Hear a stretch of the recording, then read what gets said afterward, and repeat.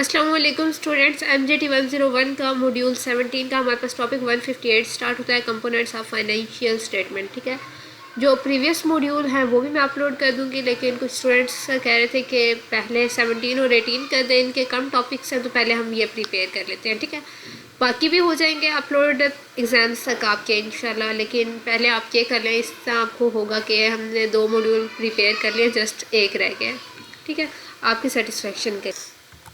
तो हम देख लेते हैं कि हमारे पास कंपोनेंट्स ऑफ फाइनेंशियल स्टेटमेंट में हमारे पास क्या आता है। ये कुछ आपके हैंडआउट्स पे चीज़ें थी जो आपके MCQs के लिए आए थे। ठीक है, उनको मैंने सॉर्ट आउट करके यहाँ पे लिख दिया है। और यहाँ पे ये क्या है कि हमारे पास जो कंपनीज़ हैं ना, उनके डायरेक्टर जो होते हैं वो उनके मेजर शेयर होल्डर होते हैं। कुछ कंपनीज़ ऐसी होती हैं, सारी की सारी नहीं होती, लेकिन जो हमारे पास बड़ी बड़ी कंपनीज़ हैं उनके जो डायरेक्टर्स होते हैं उनके पास क्या होता है, कुछ उनका शेयर होता है, सारा शेयर नहीं होता, मतलब मेजर शेयर नहीं है। आप शेयर होल्डर्स का ना, जो बड़ी कंपनीज़ हैं वहाँ पे क्या है, कुछ शेयर है।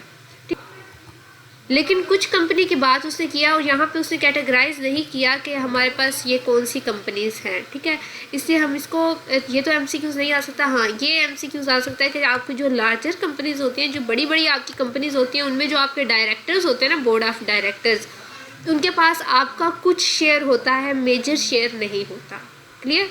एक ये MCQs के लिए, और एक यहाँ पे ये बात है कि शेयर होल्डर जो होता है वो आपका यूज़ करता है एनुअल अकाउंट को। ये आ सकता है आपके MCQs के, जो एनुअल अकाउंट है वो आपका कौन यूज़ करता है। तो इसका करेक्ट ऑप्शन होगा कि आपका शेयर होल्डर्स जो होते हैं आपकी कंपनी के, वो आपके एनुअल अकाउंट को यूज़ करते हैं। यूज़ क्यों करते हैं? यूज़ इसलिए करते हैं ताकि वो आपकी कंपनी की देख सकें जो परफॉर्मेंस है आपकी। ठीक है, जो भी परफॉर्मेंस है, ज़ाहिर बात है वो आपकी शेयर होल्डर्स हैं, तो वो किसी भी वक्त आपकी कंपनी की परफॉर्मेंस देख सकते हैं, कभी भी वो आपका एनुअल अकाउंट यूज़ कर सकते हैं। ठीक है ना, तो मतलब कभी भी वो आपकी मैनेजमेंट देख सकते हैं कि आपने कैसे इस अकाउंट को मैनेज किया हुआ है और कैसे आप कंपनी को परफॉर्मेंस आपकी क्या जा रही है, अप जा रही है, डाउन जा रही है। ऑब्वियसली आपने उनको शेयर देना है ना अपनी कंपनी में से। शेयर होल्डर्स आपके कौन से होते हैं? शेयर होल्डर्स होते हैं जो या तो ऑनर होते हैं कंपनी के, या फिर क्या होते हैं, जिन्होंने कंपनी में इन्वेस्ट किया होता है। लाइक अब एक कंपनी है आपने बनाई, ठीक है, तो 3 फ्रेंड्स थे, तीनों ने मतलब मिल के ना एक कंपनी बना ली। अब वो जो तीनों हैं वो उस कंपनी के शेयर होल्डर भी हैं और ओनर भी हैं। अब जो शेयर होगा, जो कंपनी का प्रॉफिट होगा, वो उन तीनों में इक्वली डिस्ट्रीब्यूट होगा, मतलब 3 पार्ट्स में जाएगा उसका जो भी प्रॉफिट होगा कंपनी का। ठीक है, तो जो भी इन तीनों में से कोई भी अगर देखना चाहे कंपनी की परफॉर्मेंस को और उसकी मैनेजमेंट को, कि कैसी मैनेजमेंट हो रही है कंपनी की, ठीक है, तो उसको क्या करेगा, वो अपने एनुअल अकाउंट्स को उठा के देखेगा, जो उसके एनुअल अकाउंट्स होंगे। और एनुअल अकाउंट का जो फाइनल अकाउंट होते हैं, फाइनल अकाउंट का दूसरा नाम हमारे पास होता है फाइनेंशियल स्टेटमेंट। क्लियर? नेक्स्ट है हमारे पास कि जो हमारी कंपनी होती है ना, ईच कंपनी, ठीक है, एवरी कंपनी, हर एक जो कंपनी होती है वो हमारे पास स्टैचू से रजिस्टर होते हैं। अब स्टैचू क्या है, ये हमारे पास लीगल टर्म है लॉ की, तो मैं इसको यहाँ पे एक्सप्लेन नहीं करती, लेकिन ये है कि ये हमारे पास लीगल टर्म है लॉ की, और ये लॉ को कंसीडर कर रही है कि जो लॉ के अंडर है हर कंपनी रजिस्टर्ड होती है, उसके कुछ रूल्स एंड रेगुलेशंस होते हैं जो उसने फॉलो करने होते हैं, और ये जो लॉ है उसका वो है स्टैचू। ठीक है, अब स्टैचू में हमारे पास क्या होगा, हर कंपनी जो होगी उसको अपनी एक तो फाइनेंशियल स्टेटमेंट बनानी है रिपोर्टिंग पीरियड के एंड तक।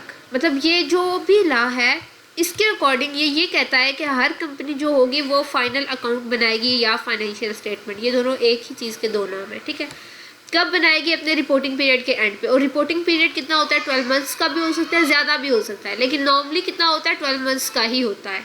क्लियर? नेक्स्ट हमारे पास आता है कि हमारी जो फाइनल अकाउंट है वो क्या होता है।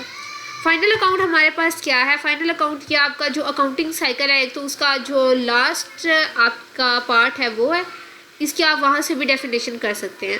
तो यहाँ पे फाइनल अकाउंट हमारे पास क्या होगा, combination of trading and profit and loss account और बैलेंस शीट। अब trading and profit and loss account का दूसरा नाम हमारे पास क्या है, इनकम स्टेटमेंट। इनकम स्टेटमेंट और बैलेंस शीट दोनों को कंबाइन करें, दोनों का यूनियन लें, तो हमारे पास आएगा final account, this one final account. ठीक है, ये दोनों का कम्बिनेशन है।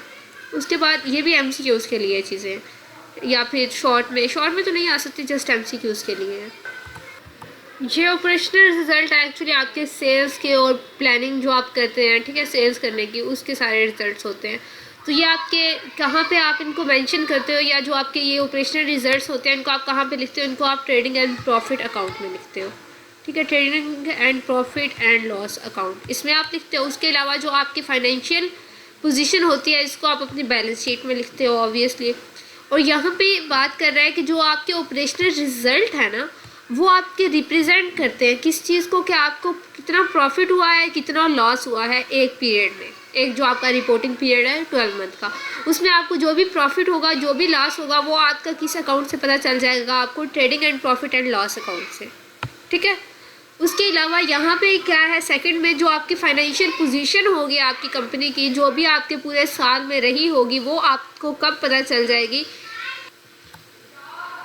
पता नहीं चल जाएगी। जो आपकी फाइनेंशियल पोजीशन होगी ना कंपनी की, वो आपकी बताएगी कि आपकी कंपनी के एसेट्स कितने हैं, इक्विटी उसकी क्या है, क्या उसकी लाइबिलिटीज़ हैं, ठीक है। अगर लाइबिलिटीज़ ज़्यादा होगी तो ऑब्वियसली आपकी फाइनेंशियल पोजीशन जो होगी वो डाउन होगी, क्योंकि आपने अभी पे ज़्यादा करना है।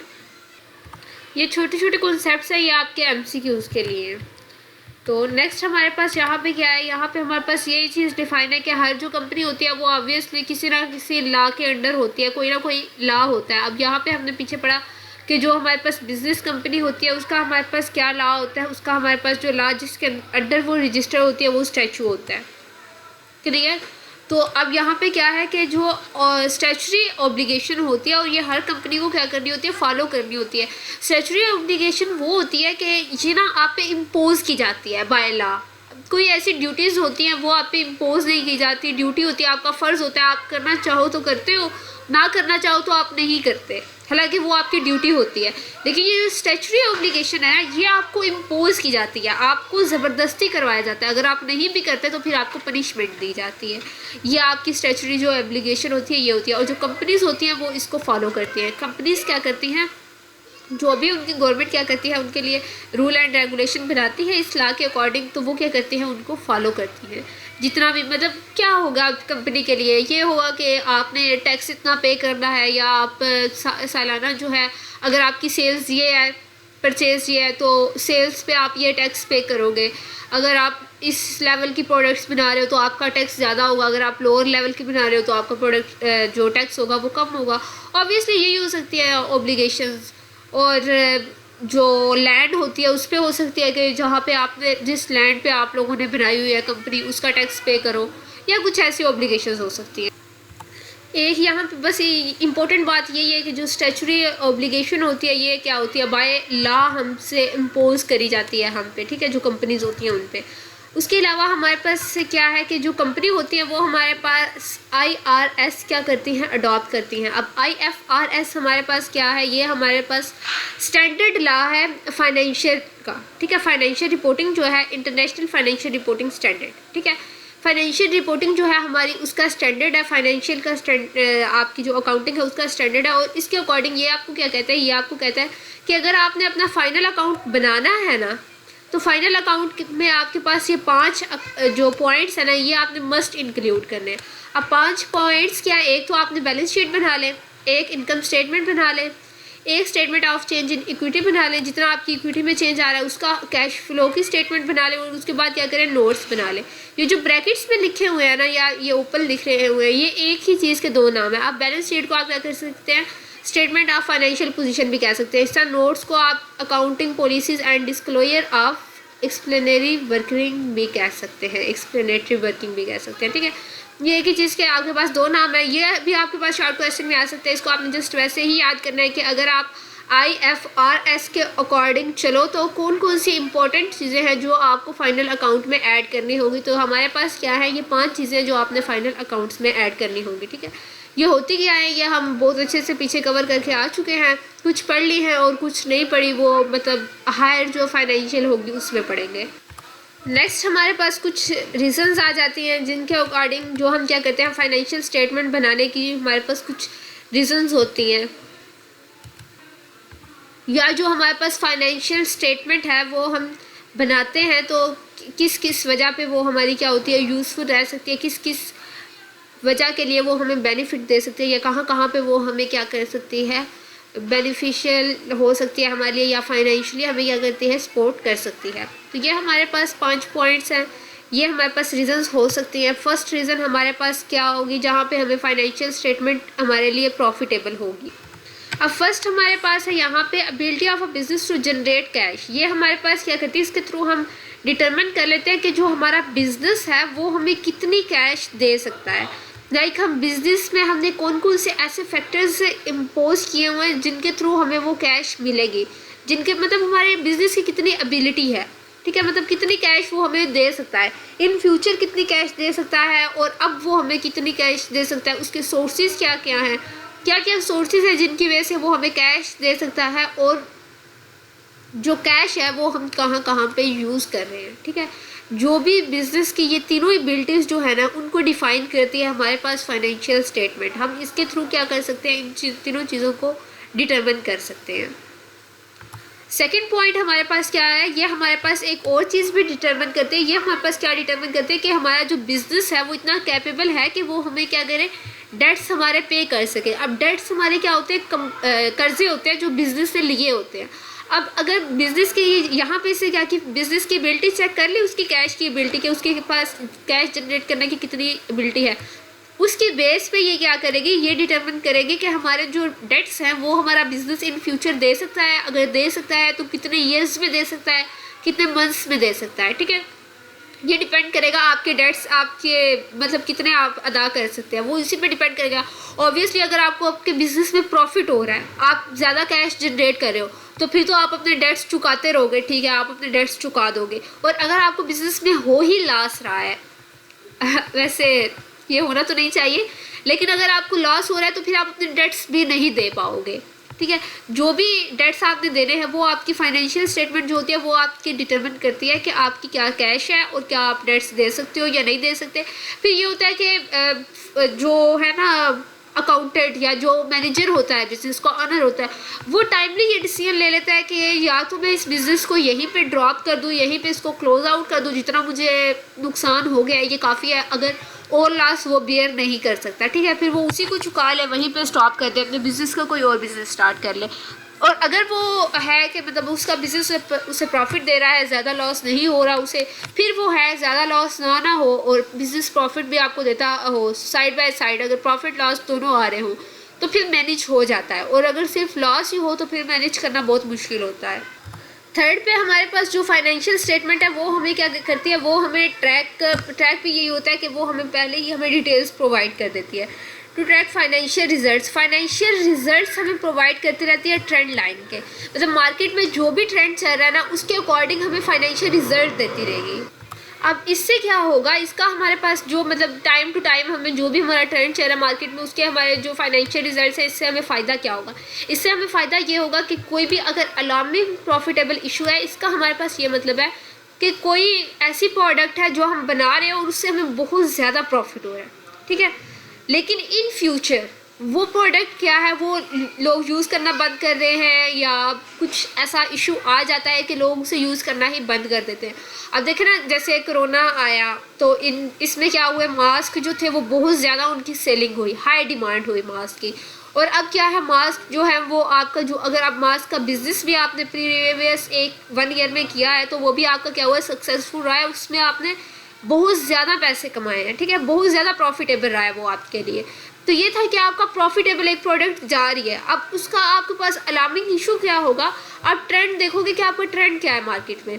अब क्या है, अब डाउन हो गया, कोरोना ख़त्म हो रहा है तो क्या हो रहा है, मास्क जो है वो कम से कम सेल हो रहे हैं। ठीक है, मास्क की जो सेल है वो डाउन हुई, तो अब इसका जो इफ़ेक्ट होगा वो ये होगा कि जो हमारी प्रॉफिटेबल प्रोडक्ट थी अब वो क्या हुआ है, डाउन जा रही है। तो इसकी बेस पे क्या करना है, मैनेजर ने डिसीजन लेना है फाइनेंशियल स्टेटमेंट को देख के कि अब क्या करूं मैं, इसका या इतने मंथ में इसको मज़ीद चलाऊंगा, इतने ईयर्स में इस प्रोडक्ट को मज़ीद चलाऊंगा और उसके बाद मैं क्या करूंगा, ये बिज़नेस क्लोज़ कर दूंगा, मैं किसी और बिज़नेस की तरफ रुजू करूंगा। ठीक है, जो लॉन्ग टर्म बिजनेस होते हैं वो तो हमारे पास चलते रहते हैं, लेकिन जो शॉर्ट टर्म बिजनेस होते हैं या जो छोटे लेवल पे होते हैं वो फिर क्लोज हो जाते हैं। उसके अलावा हम क्या कर सकते हैं, उसके अलावा हम फाइनेंशियल स्टेटमेंट के थ्रू अपने बिजनेस के जो हमारे पास फाइनेंशियल रेशो है उसको देख सकते हैं। बिजनेस की फाइनेंशियल रेशो को देख के हम क्या डिसाइड करेंगे, हम ये देखेंगे कि जो हमारा बिजनेस है उसकी क्या कंडीशन है। हमारा बिजनेस जो है वो प्रॉफिट में जा रहा है, हमें प्रॉफिट दे रहा है या फिर क्या कर रहा है, वो हमें लॉस दे रहा है, वो दिन ब दिन मतलब डाउन होता जा रहा है या दिन ब दिन अप जाता जा रहा है, इसकी बेस पे भी हम क्या करेंगे, अपने डिसीजंस लेंगे। तो ये सारे हमारे पास जो है फाइनेंशियल स्टेटमेंट के कंपोनेंट्स हैं, मतलब रीजंस हैं कि इस वजह से हम क्या करते हैं, अपनी फाइनेंशियल स्टेटमेंट को यूज़ करते हैं। तो अब अगर आप इसे यूज़ करते हैं तो ऑब्वियसली ये जो यूज़फुल है किसके लिए है, कंपनी के लिए, आपकी बिजनेस के लिए है, आपका जो मैनेजर है वो इसकी बेस पे डिसीजन ले सकता है, ठीक है। उसके बाद जो हमारे पास लास्ट पॉइंट आ जाता है फाइनेंशियल स्टेटमेंट का, जो हमारे पास बेनिफिट है वो हमारे पास ये, to investigate the details of certain business transaction. हम क्या करते हैं, अपने बिजनेस ट्रांजैक्शन को चेक कर सकते हैं कि हमारी बिजनेस ट्रांजैक्शन क्या है, किस मंथ में हमारी क्या ट्रांजैक्शन हुई, ठीक है। जितनी भी बिजनेस ट्रांजैक्शन है वो आपकी फाइनेंशियल स्टेटमेंट में रिकॉर्ड होती हैं। तो वहाँ से आप इजीली इन्वेस्टिगेशन कर सकते हैं, इजीली आप ओवरव्यू कर सकते हैं कि आपका बिजनेस कहाँ पे जा रहा है, as outline in the notes. जैसे क्या होते हैं, आपके नोट्स में गिवन होती हैं कि आपने क्या करना होता है उसको, यहाँ पे हमारा जो नोट्स है वो हमारे पास ये लास्ट पॉइंट है, ठीक है। तो यहाँ पे स्टूडेंट्स आपका ये टॉपिक क्या होता है, एंड होता है। नेक्स्ट टॉपिक हम नेक्स्ट वीडियो में कवर करेंगे, तब तक अपना बहुत सा ख्याल रखिएगा। Thank you for watching this video and अल्लाह हाफिज़।